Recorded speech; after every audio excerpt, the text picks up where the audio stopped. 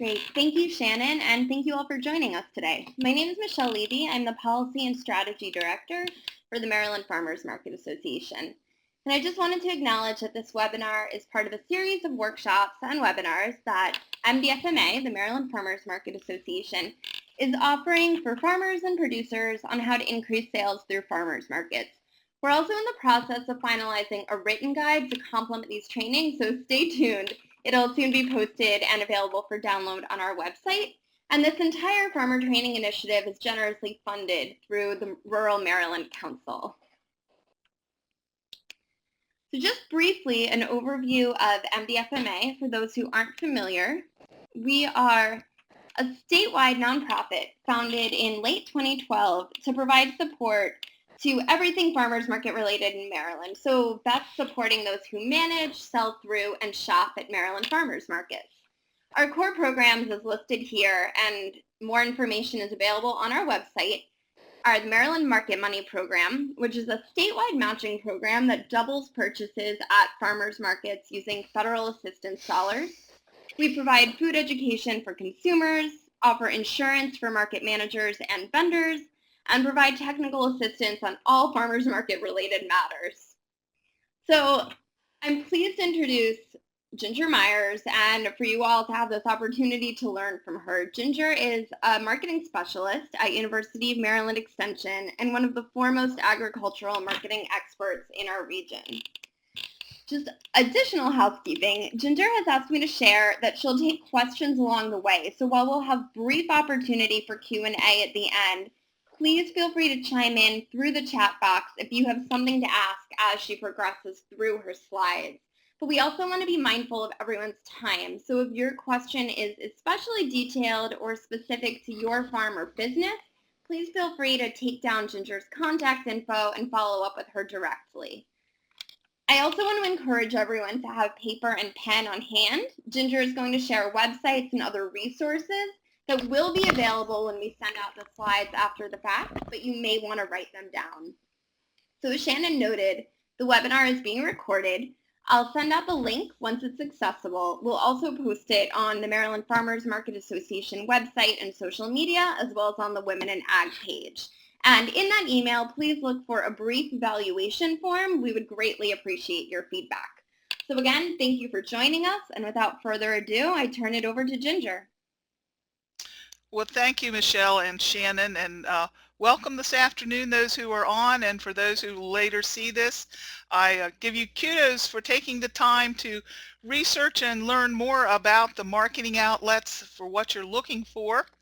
The title that you're seeing here on the first side is actually two presentations, selecting enterprises, because what are you going to market, and then the marketing outlets that fit those. So the presentation, I'm going to spend about a third of my time running through some of those selecting enterprises, because what you have to market really will drive what those outlets are. And then the rest of the time looking at ways to evaluate what outlets match those enterprises and the products you may have more closely. As Michelle was kind enough to reiterate, I do work for the University of Maryland Extension as a marketing specialist. I'm also the director of the Maryland Rural Enterprise Development Center. There is a link to that. Don't go there now, but when you have time, that is a virtual business development center where you can read a lot more about business planning, marketing, finances, contacts to other resources and offices that you may be interested in.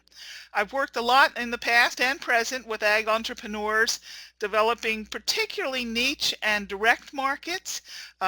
Currently working a lot more with new and beginning farmers, which is really exciting.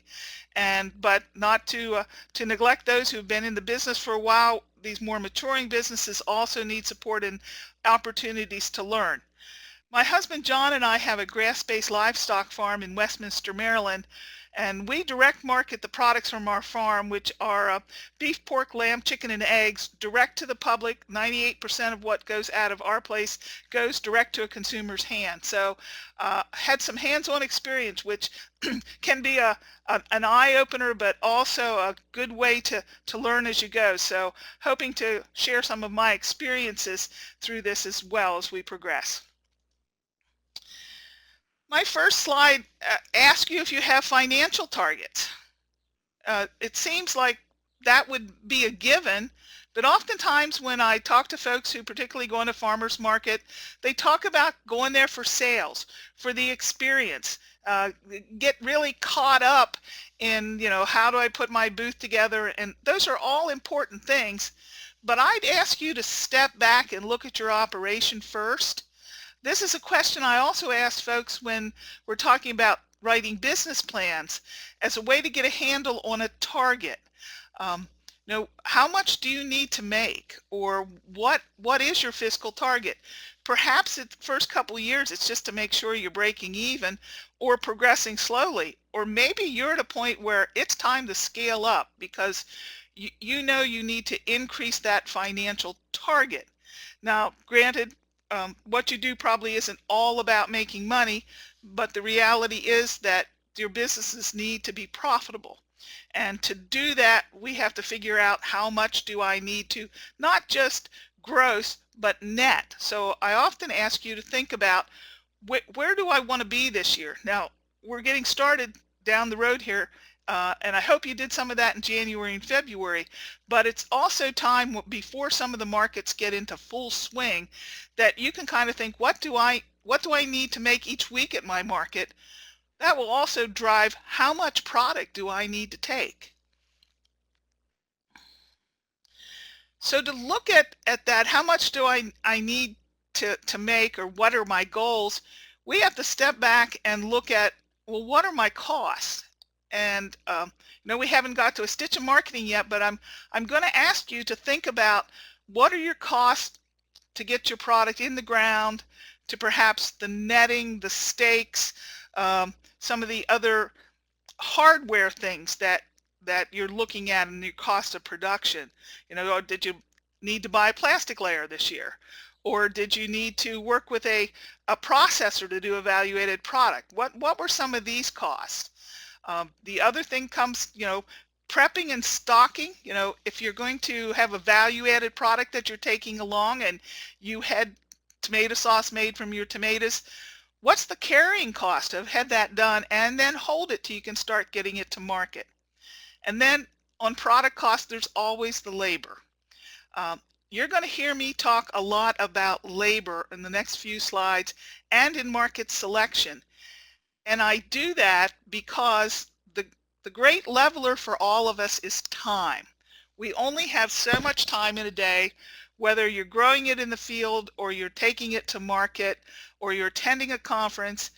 There's a fixed set of number of hours in a day. So when we start using hours and time, it can be a constant in a written evaluation or a written equation of how to equate where's the most value for the time you're spending.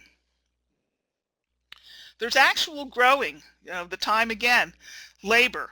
I'm sure that most of you think about tracking how long does it take to weed onions versus how long does it take to pick green beans. Do we do that also for the marketing?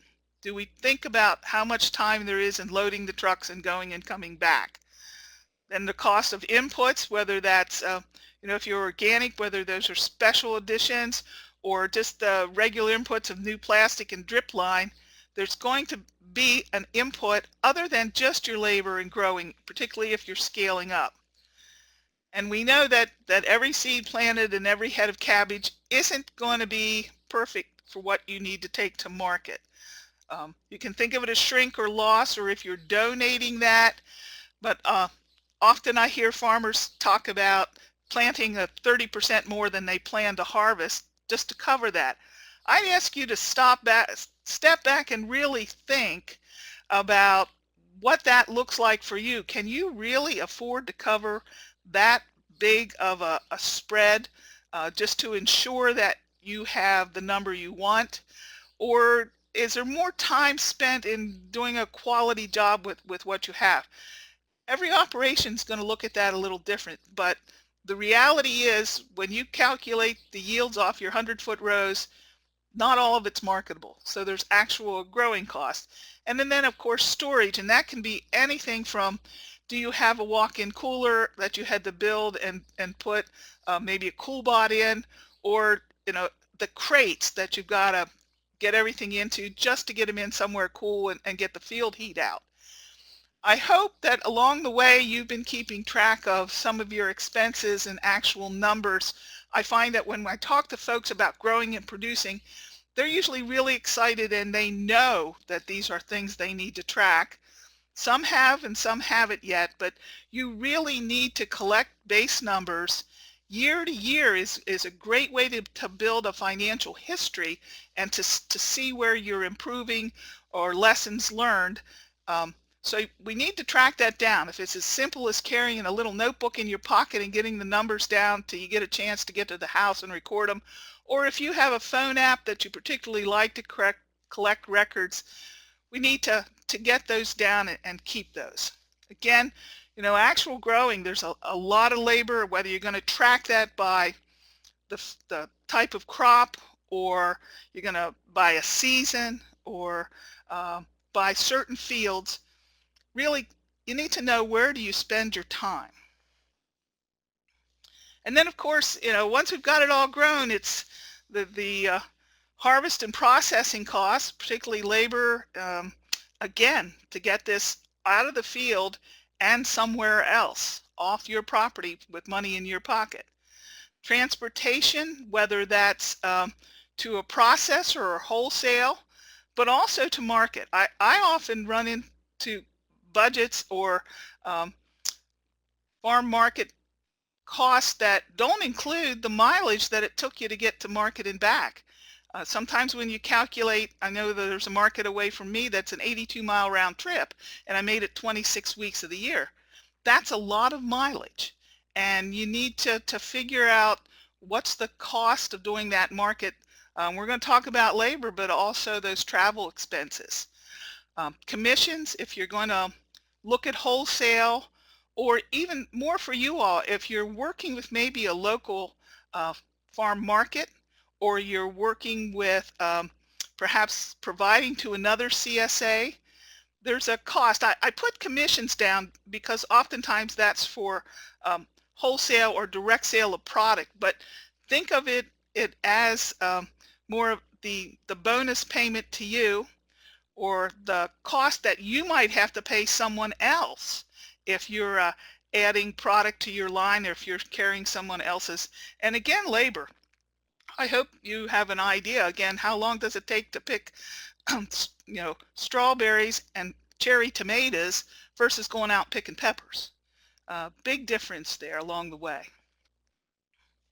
So those are the items, those 3 slides that looked at getting some of your cost under your belt to see what is this cost, because you need the numbers to build a budget.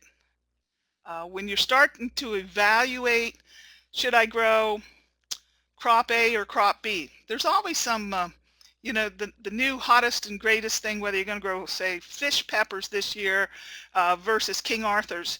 You need to have, what does it usually cost me to produce on a either per foot, per pound basis of my best crop that I do in peppers? Should I replace it with a crop maybe that's maybe really hot right now, but I don't know if I can even grow that? Enterprise budgets are a way to start putting your numbers down on paper. I'm listed an example in this slide of a tomato budget, an extension budget from another state, as just an example. Enterprise budgets, I sometimes get pushback from people saying, oh, those aren't my costs. That's not what it costs to grow it in Maryland. And my comeback is, so you do have numbers of what it's costing you. When you work with, and I get some mumbles after that.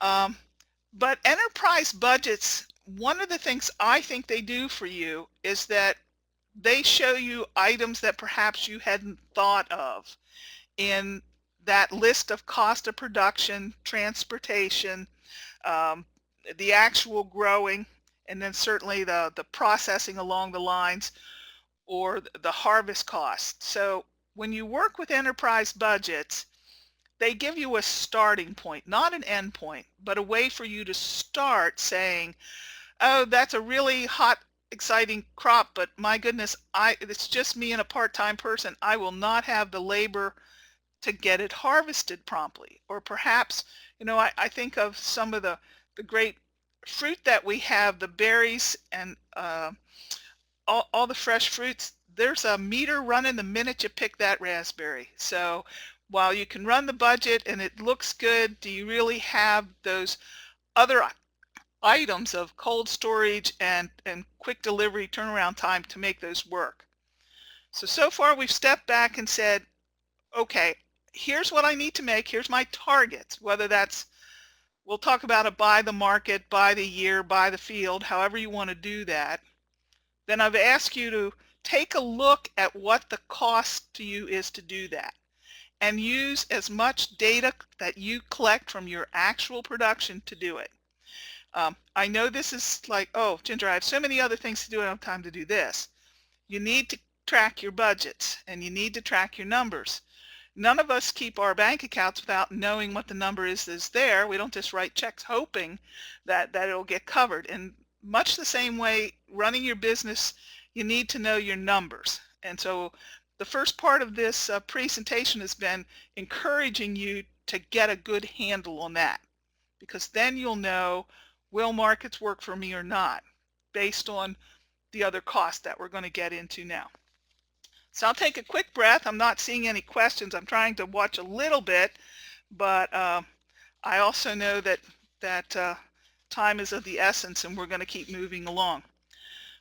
One last slide. I talk about enterprise selection. I've really, and I'll use the word harped on getting these numbers, and it needs to happen. But in the end, the enterprise you select often will be about what you're passionate about growing. If you're just really a great greens grower, you're going to do better with that than if I push you over into saying, oh, fish peppers looks good on the numbers. So you do have to follow your passion. That enterprise selection's really going to boil down a lot to how much labor and resources do you have.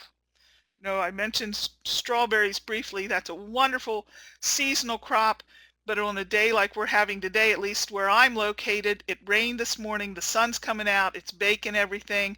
Would you have the resources if suddenly those strawberries were 2 weeks ahead and all needed picked? You have to take a look at what can I get done.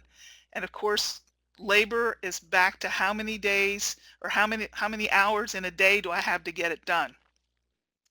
I think one thing for all of us who get excited about growing or marketing, and whether that's vegetables, fruit, cheese, ground beef, is that when we have success with one area of a product, we think, oh, we just got to add more and more because customers want more selection. Beware, I think sometimes we have a tendency to over-diversify.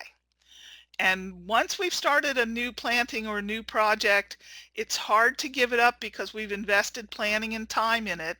But be careful how much you add on for the sake of filling the table, so that it's not about the quantity, variety that you have sometimes. It's about keeping every product on your table the highest quality you possibly can take to market or offer to that restaurant or supermarket or local market that you're having. So, getting a really good at producing a quality product makes a lot of this go easier. You get to sort by your time, you get to sort by your passion, and you'll be much more excited when you tell the story of that product when you're passionate about it. A little boilerplate marketing here, the 4 Ps. We've talked about the 4 Ps of marketing for several decades, but it's a good outline. It's held true for very long. It's a traditional approach. There's been some massaging on the tools of this, but it still boils down to a product. And it's got to be a product that a customer wants or needs or satisfies a solution. When folks come up to your booth, they're looking for what they're going to make for dinner, what they're taking to a picnic, what they're trying to maybe can or preserve for the season. Or the product can also satisfy perhaps their um, desire to shop local or to support local agriculture. Again, I think sometimes those of us who produce get so much in love with our own product that we forget why people buy, that they're actually there to solve a problem for them. And it's our goal to keep them happy, to provide that solution for whatever they're looking for, and to make that personal connection. So product is not just the item itself, but it's much of the experience. Of course, the other P is place. Where are they going to find this? Well, for farmers markets, it's that location. But when you look at all other market outlets, sometimes a farmer's market isn't the most convenient. If it's not big enough to support more of the grocery list, if it's not carrying perhaps cheeses or fruits or another thing, it won't be as convenient for the overall shopper weekly list, but it does provide that wonderful location that, the primal marketing experience that we've had for eons, where there's a face of the producer and a face of the buyer, and this is where it happens. There is just something about a wonderful connection there. I often encourage new producers to go to the market, just to get into a market, just to have that experience of what does it like to do a one-on-one sales? What are people looking for? What are people's buying habits? Why do they come to this place to do that? And if you're thinking about perhaps a farm market back at your location, what would bring them there? The third P, and this is usually the only one where money comes in, the rest of the money goes out pretty much, but price. How are you going to price your items? What does your price say? What does it reflect? We could do a whole session just on setting price alone, but we certainly know that the baseline price, you have got to know, back on those earlier slides, what was your cost of production? Production, harvest, and marketing to get it to where you're going to have it on the table. Those are all pieces that have to work for you. So sometimes I see some producers, walk the market and see what other people are pricing things, and they come back and they start to write up their own price tickets. You don't know the experiences or the inputs of those others. So you don't know if perhaps, they're not paying a land rent that you have to pay, or perhaps, they're working with a sibling somewhere on another farm that's really good at growing those peppers. You have got to step back on price and know your cost. Then from there, I have said, I used the word marketplace here, reflect the marketplace. We all know that different markets support different prices in reality. Some of the more urban markets, and I'll use the example of DuPont Square, or DuPont Circle, I'm sorry, that's almost a market economy unto itself. The pricing at that market reflects a different location, a different shopper, a different disposable income than, say, a market, and I'll use my own home markets, Carroll County. Marketplace, you need to understand what the market will bear wherever you are. Often use the example of selling beets in Howard County versus Carroll County. In Howard County, those folks are looking at, smaller specialty beets that have a higher price tag than perhaps the beets in Carroll County, where they're looking at tennis balls to softball size beets, and beets are a pretty common product. You can't get the same price. But in all the pricing, it goes back to you need to make a profit. You will work too hard and too long not to price product for a profit when you go home in a day. The final of the 4 P's has to do with promotion. And this has probably changed more in the last decade than any of the other P's because of the way we're communicating, the way we're using social media, Um, Group marketing, we have the, your Maryland Farmers Market Association now does promotion that none of you can get done individually. The signage, there's a lot more community buy-in to help promote that. But again, it will fall to you to promote your own farm operation, your own product, and to be a friendly, open, transparent producer with your customers. Nobody likes the guy who sits on the tailgate of his truck on Saturday morning reading the paper and just having his product set out on the table. And I still see that at farmers markets. The people that aren't up and greeting and friendly and open, or when the market slows down, the person who sits back in the chair and pulls out a book to read. The promotion there is, I'm too busy or I'm too bored to take care of you. Promotion really speaks to anything from the way you're dressed, to the way you greet customers, to how you're going to reach out on your Facebook page or your ad or your community, perhaps fair or community markets. Promotion is not always a big ticket item unless you're going to do a lot of printed material or perhaps radio ads, but it is something that will require as much time as any of the other three combined. You need to keep that in mind, that you are continually promoting local food because that helps all of us, but you're also promoting the concept of buying directly from farmers, and then of course your own operation.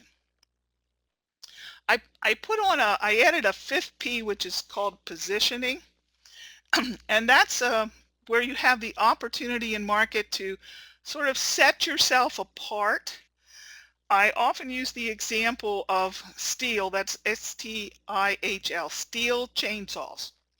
Stihl chainsaws are a very good brand of chainsaws, but they position themselves that they are not available in a big box store like Home Depot or Lowe's. They only are sold through dealers where there's other farm implements, maybe mowers and so forth.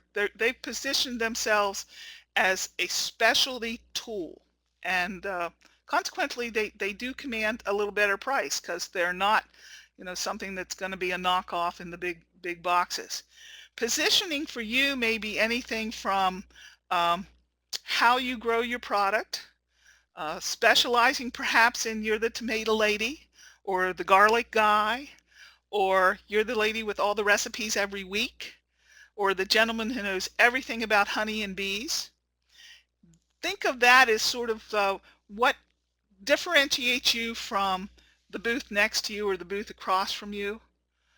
It needs to be part of your story, and when I talk about your story, I'm talking about what is behind what you do.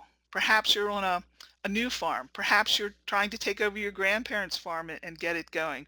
Perhaps you're saying, I only want to market direct to my neighbors. This is an area you need to think about. The others you'll be driven into because just running a business, you got to have a product where you're going to sell and how you're going to promote. But positioning's where you get to use your creativity and you get to dream a little bit about, what is my farm and who am I and why do I do this? And that's as much a part of marketing as the other 4 P's are above.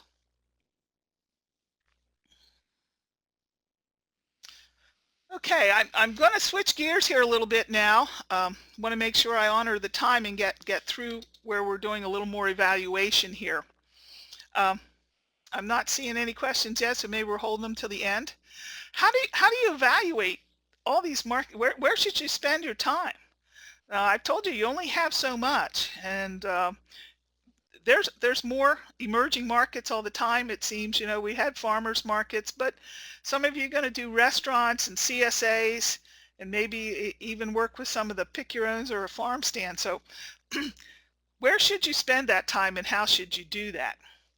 Well, I worked with Matt LaRoe at Cornell, and we took a look at how would you make these decisions? Like what impacts the performance of a marketing channel? What makes it work? Well, one of them is risk. If you go to a market and it rains and nobody comes, then what happens? So our farmers markets, how do we evaluate that? What about the labor requirements? What if you're going to market, you're going to pick, you're going to chill, you're going to pack. That's nothing to say about what time you're going to spend there. You might tell yourself, again, it's only 2 hours a week for me to run to this little local market. Look at the two red ones here behind here, the risk and the labor. So even though it's not a big time commitment, if it's only 2 hours though, how much sales can you have in 2 hours? So you have to ask yourself that. Every market has some kind of associated cost, whether it's a booth space, perhaps it's also insurance, it's also your tent, tables, signage, all those kinds of things. And how much can you make in an hour? Can you sell? I use the number here, $300 per hour. If you're by yourself trying to sell vegetables, that's a tall order to do, unless you've got some really high value products. So you may be back down to, on those labor requirements, I have to take somebody along to help. So when you start looking at a marketing channel, and I will tell you, one of the reasons people go wholesale is they look at these 5 items and say, I can't cover that. I can produce and have less labor requirements to sell volume. Or some people look at this and say, this is really where I think I need to be, and I can sell $300 an hour, or I can sell $500 an hour. If you're selling, steaks at a market, that's a little more doable than, tomatoes at so much a pound. Then there's this one other little caveat called lifestyle preferences. I've talked to some folks who absolutely do not want to do farmers markets because they're not really people persons. They're not comfortable with somebody coming in, squeezing the tomatoes and telling them, oh, I could grow these at home, and then sitting it back down in the box and walking. That's not them. Or perhaps they don't want to do farmers markets on Sundays because that's a day that they've traditionally taken off.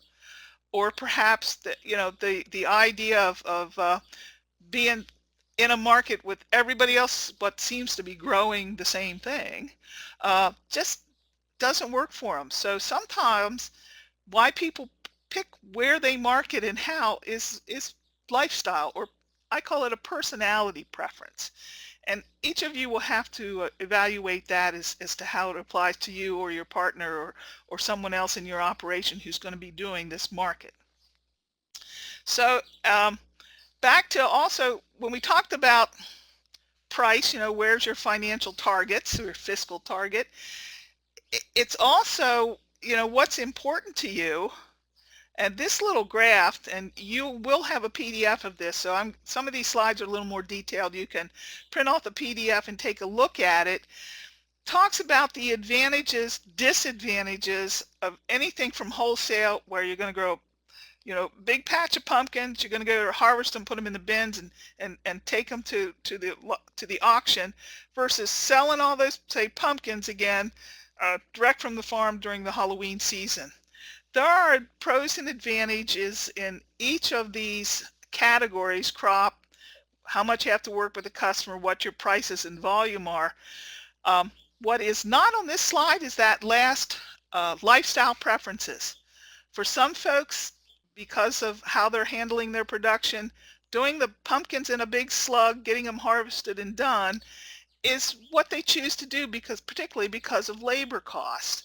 And again, because they're growing a lot of pumpkins, they're trying for maximum production with a minimum amount of labor and time in marketing. If you can provide more time, more intensity, you'll see that the pricing is higher for direct, but it also takes a lot more time and certainly almost more interaction with customers and knowledge of your product, particularly how to use it.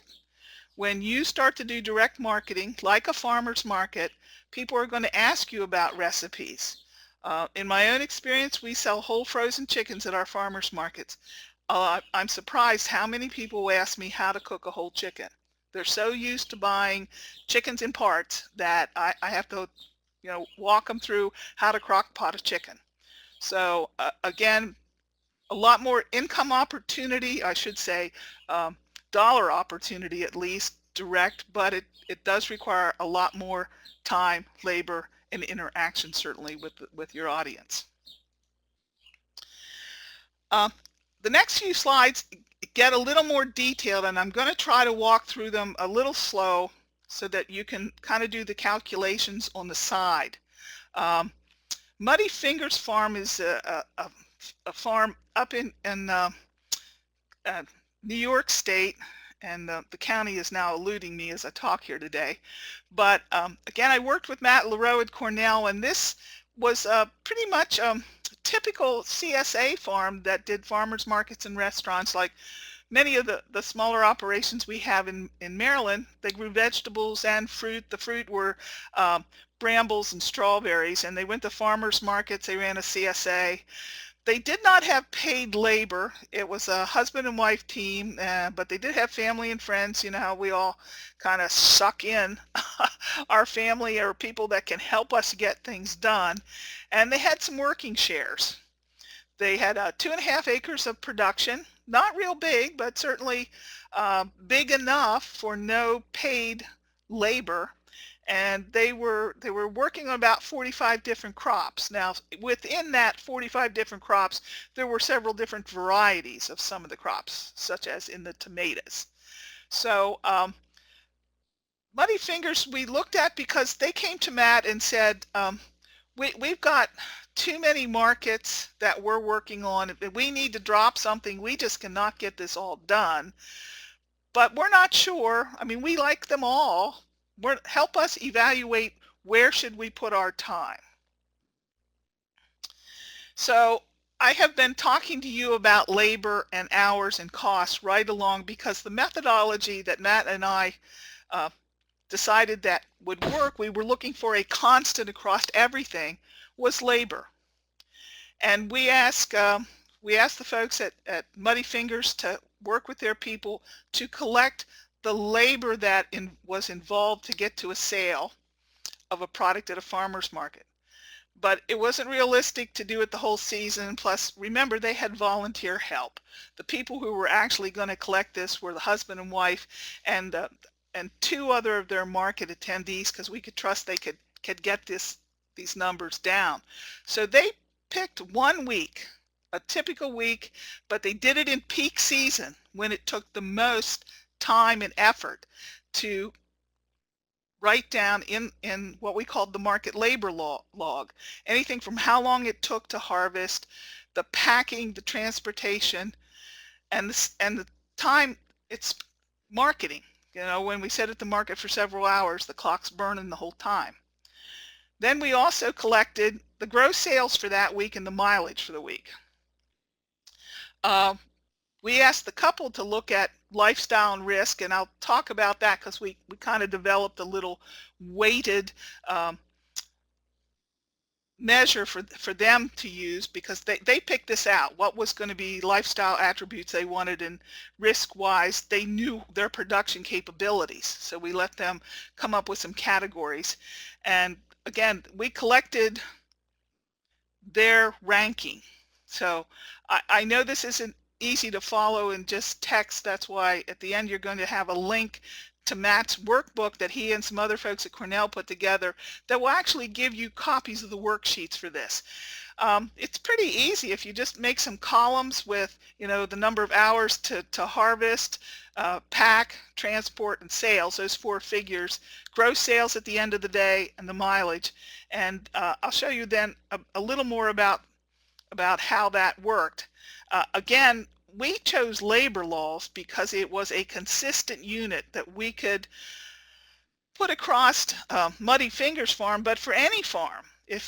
There's a lot of if, ands, buts, you know, how do you attribute the tractor in your enterprise budget? We didn't want to get weighed down with, you know, how do we put in so many tables for this market versus that market? You really needed to see how much money you could make in hours, what this boiled down to. It gave you an idea of where you're spending your time, because again, all of us only have so much. So it was a consistent unit. the operators told their help how to complete the form, and each one had their own sheets. Um, Again, whether people can have a little log that they keep for that week, and you give them the forms and they just write hours in. But you really only need it for 1, maybe 2 weeks if you're afraid that somebody missed something, so you want to capture that. And just real close, what we did is we took the gross sales, everything that came in. We gave the labor a unit, like 1, 2, 3, 4, 5. You added up how many units plus the mileage cost, and you did a division of the sales volume to give you a percentage. I'm going to show you a chart. Again, I know this slide's a little detailed. The math is really much easier than the words there. And then we asked the farmer to give some ranking about how do you feel about this? How do you feel about going to farmers markets, knowing that some summers every other Tuesday it's going to rain, it seems like, or is farmers market or this market outlet really stressful? Does your CSA really trip your trigger when you can't find enough good of your best quality for that because you're really trying to get some of that to market? So those are things that we put in as a perception ranking. But what you really need to look at, we looked at gross sales minus labor and mileage. Different than production cost, certainly, but we're not looking for net profitable per unit. We're looking at evaluating how much time each of these market outlets take, and coupling with that, basically, do you like that kind of market, whether it's a CSA or restaurant or farm market stand.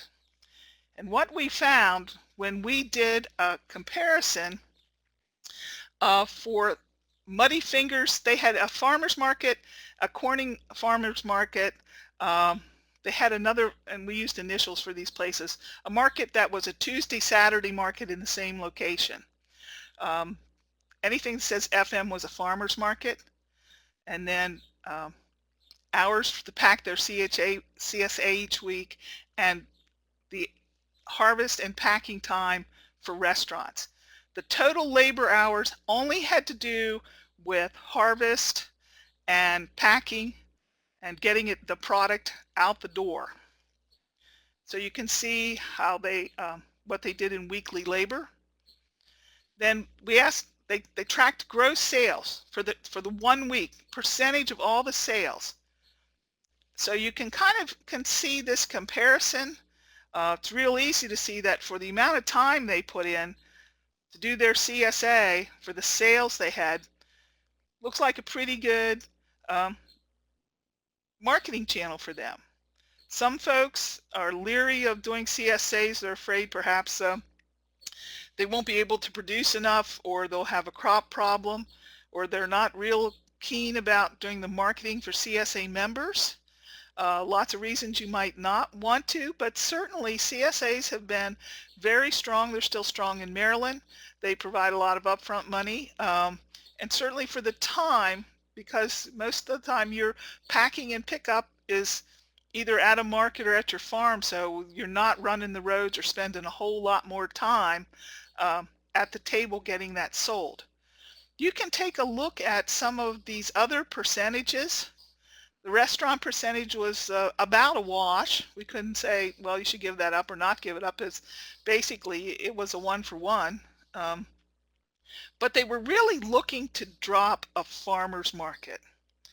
And we looked at Watkins, the Watson Glen market for them, that it was taken, more than 10%, close to 15% of their time to do this little market, that 5% of the gross sales for the week. So this came forward real quick that this was the market that we recommended they drop, because it didn't seem to make sense for the time, the labor, compared to others. And they could take that 13% and put it back in somewhere else, whether that was at one of the other farmers markets, or have a little extra time to get some other things done. Again, this was kind of just the calculations that we went through on coming up with where should you spend your time for profit. This is a bar graph looking at basically the percentage of profit for gross sales on the labor that you had. It's another way of looking at the graph. Then we asked the farmers, okay, here's what we're seeing for time for your labor and your percentage of sales. These are other factors that you want to consider. Your restaurant sales, what if the buyer backs out? That's a risk. Are you willing to put more time in if we drop one of the markets back into perhaps work in those restaurants a little bit? Perhaps one of the risks is you're going to grow more tomatoes. Do you look for a processor? On a pick your own, there's certainly, going to have people on your farm. Some of the preferences were, you're going to have time for interaction. Perhaps you have a really good wash and pack system that really would be best if you could crank out more for markets. Or how do you want to display them? These are some of the other weighted items that you might want to consider.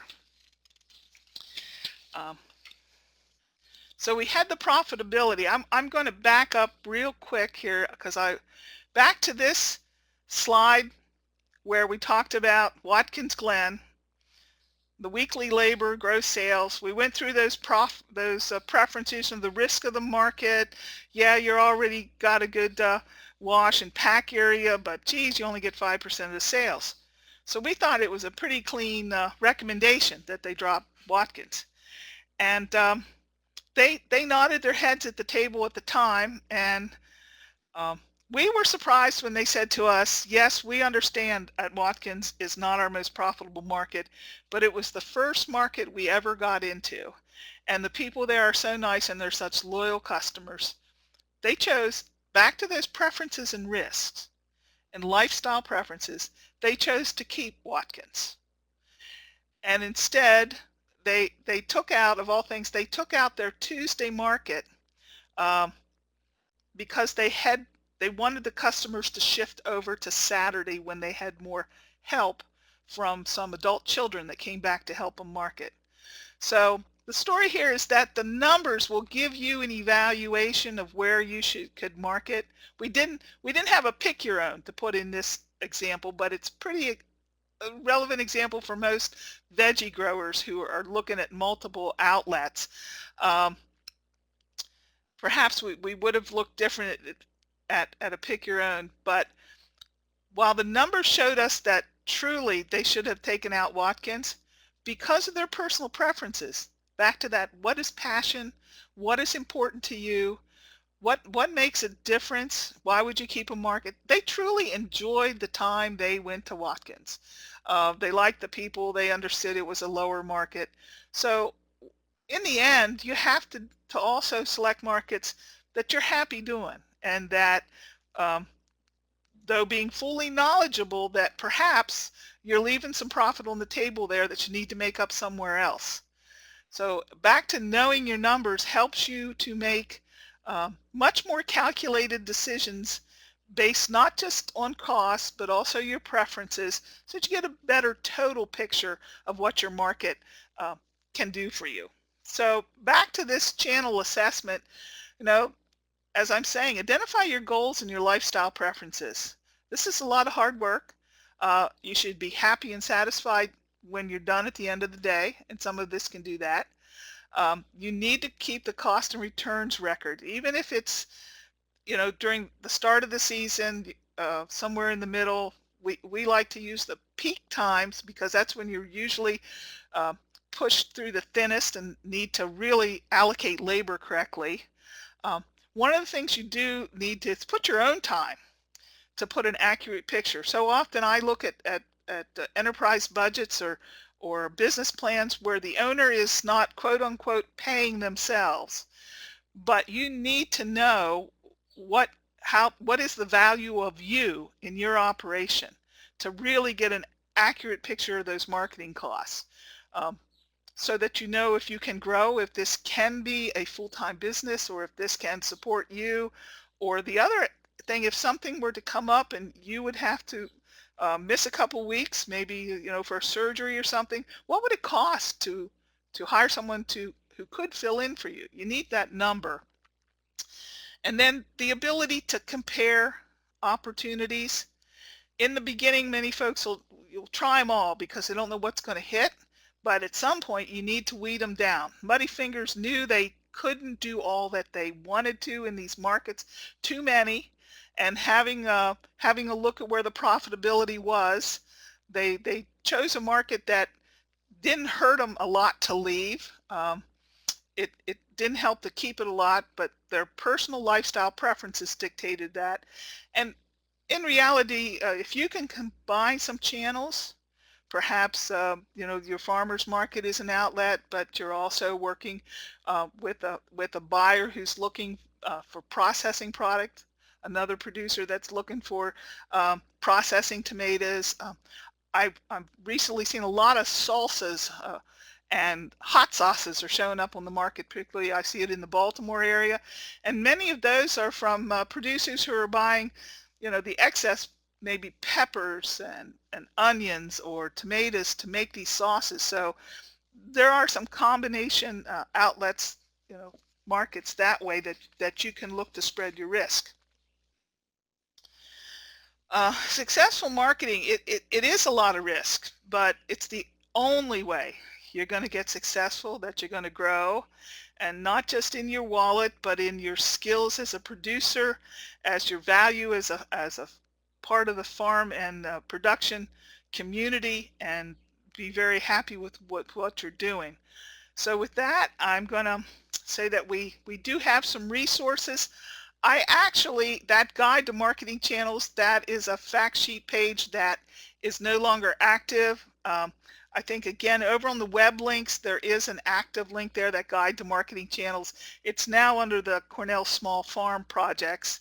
The ag marketing website that's listed here is a website that I maintain for Extension that's got a lot more about direct markets and, again, follow-up material on pricing, enterprise selection, and some of the work on displays at markets and so forth.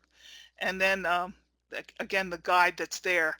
And the other thing you can do is attend all these workshops, work with the Maryland Farmers Market Association. They're putting together some great resources through this grant and are doing more of these kinds of webinars. So take the time to reach out and learn like you did today. With that, if there's any other questions, I want to honor the time. If not, I'm going to thank you for your time. Also, feel free to contact me. If you go to my website, you'll find the connections there. We just changed some things around. We're asking if you could, for me, there is a teaching evaluation.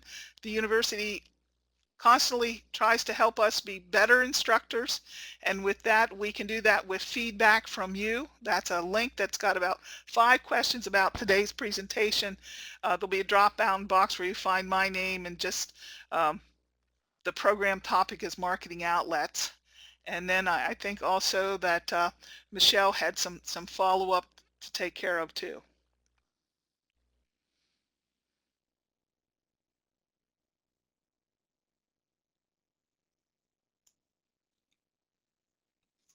Great. Thank you so much, Ginger, and thank you everyone who joined us this afternoon. As we mentioned in the beginning, we'll follow up with the link to the webinar recording, to Ginger's Teaching Effectiveness Survey, and a brief feedback link that shouldn't take more than a minute to complete. We'd just love to let the Rural Maryland Council know that people are learning from this webinar series. So with that, unless there are any final questions, we'll say thank you, and please be in touch directly with any additional follow-up. Have a great afternoon.